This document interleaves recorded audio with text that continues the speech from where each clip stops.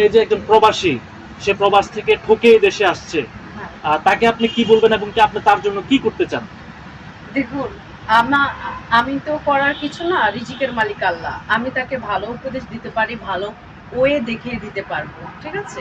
এটাই, এতটুকু পারবো, আদারওয়াইজ আমি আর বেশি কিছু পারবো না। আমি চাচ্ছি যে ওনাকে বলবো, আপনার হাত পা আছে, এখনো আপনার কি শরীরে শক্তি আছে, কাজ করেন, কিছু করেন, খেটে কিছু করেন, এমন কিছু করবেন না যাতে আপনার মান সম্মান নষ্ট হয়।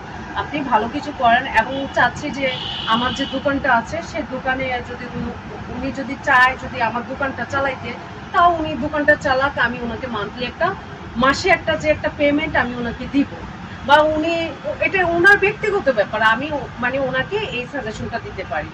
আরেকটা দিতে পারি যে আপনি যদি অন্য কোনো আপনার ওয়ে থাকে, যে না আপু আমার অন্য কোনো ওয়ে আছে, তুমি ছোট বোন হিসেবে আমাকে হচ্ছে এত এত এত ভালো একটা পরামর্শ দিয়েছো, আমি খুবই খুশি। কারণ আমি তো অনেক খারাপ কিছু ইয়ে করছি না ভাই, খারাপ কিছু বলছি, ভালো সাজেশন দিচ্ছে, এতে কি আপনি কি খুশি না অখুশি? হ্যাঁ। তো আমি আপনাকে ফোর্স করছি, জোর করতেছি? কোনো রকমের জোর করতেছি না, কোনো কিছুই না।